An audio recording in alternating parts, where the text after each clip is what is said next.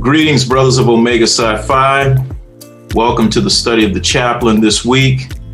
I have with me my dear brother, Tobias Pace.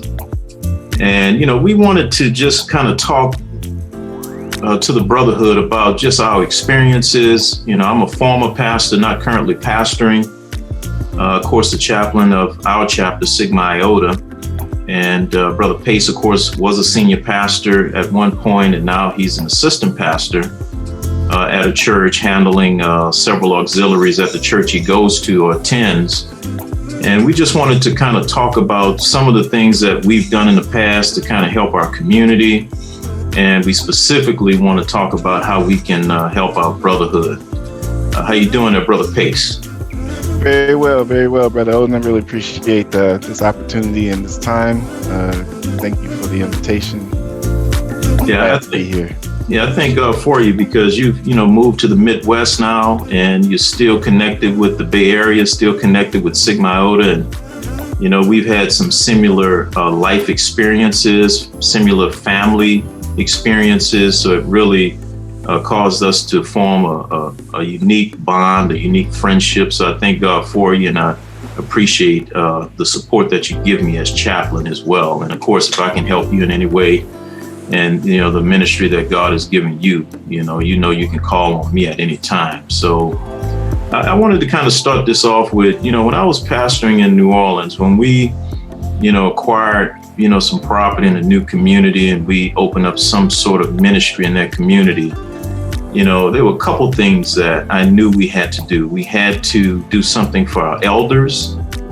So we'd set something on a Saturday where we'd have, some coffee and pastries, and we'd have all kind of board games and whatnot set up in the community center in the church, and, invite all of the elders from the community, and they would come in every week. And I mean, they just took over that ministry. They put a board together, and they decided they wanted to do different kind of fundraisers with their little bingo games.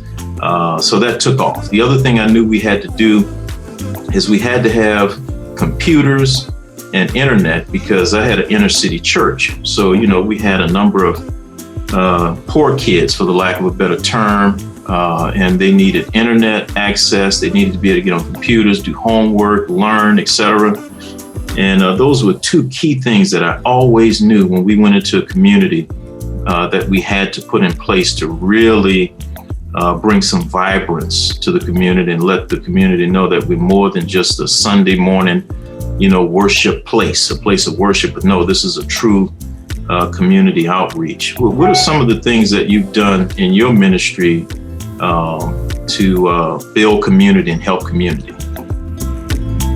Yeah, actually we had a very similar, I had a very similar experience with the last church I pastored, where I was a senior pastor. I had 3 associates under me, and the churches within I'm in the AME denomination, African Methodist Episcopalian, and many of our churches have senior members or members who are of retiring age or have retired.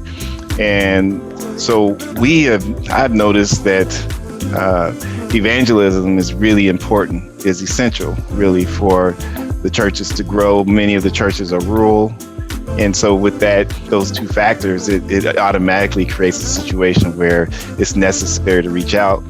And so one thing we did for reaching our seniors was, or preparing our seniors to reach others, was we went through a study of evangelism. Mm-hmm. In fact, one of my associate ministers within the church led that study. And it was really good in terms of preparing and helping people to work through some of their questions and uneasiness about meeting people. And, it's basically the same as doing a cold call, and, any of us who've done customer service or any of that kind of call center type work have recognized or experienced that anxiety of calling someone and talking to someone for the first time, not knowing them, figuring out how to create that conversation, and then, of course, get into sharing and testifying without being preachy. So after doing that, then we we moved outside the church, I always emphasized the fact that we needed to work outside the walls. And so we conducted a kind of a study series, but we called it was a, instead of it being a literal Bible study, it was a book review, where we went off and we had an assignment to read the Screwtape Letters by C.S. Lewis, and then we discussed them, or discussed our readings at a coffee shop. And so we had a core group of us that would meet at the coffee shop once a week. And by doing that, it was, just an open forum where passerbys could engage and participate in the conversation if they wanted, the people who worked at the shop. And that was just an informal, unobtrusive way of engaging people in the community without, literally breaking into their domain, going into their home or their door, door to door. Also, so that was one of the main things I wanted to add to it. But yeah, it was very important for us to get computers as well. I got Wi-Fi for the church immediately.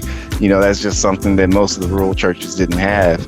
And I just paid for that on my own. I said, we need to upgrade, we need to step forward into this current century and make sure that we're prepared and we're able to support our children, our young people in the church. Absolutely. A couple things you said, Brother Pace. You said call center, and you look like you're in a call center right now with that headpiece on. And also you mentioned C.S. Lewis, which is, one of those figures in Christendom that we really learn from and take note of some of the things that he wrote about and taught and preached. Mm-hmm. Another thing, you mentioned one of the spiritual disciplines, evangelism. And, this is one of the books that I had to read in my undergrad in Christian ministry and biblical studies. And it, kind of goes through all of the spiritual disciplines, of course, with evangelism being one of them. And I think that's a good place for us to close on this particular session. And I know that's something we're going to have to talk more about within our fellowship, within our brotherhood, evangelism. Yeah. And just sharing our faith and having the boldness and the requisite training, like your elder trained your seniors on how to engage, the general public and just share their faith and the love of Christ. But anyway, let's pick this back up. Brothers, look, we love you. Stay safe out there. Stay connected to the body of Christ talking about. And we'll be talking real soon again in the study of the chaplain. All right. Be blessed, brothers. All right, Ruth.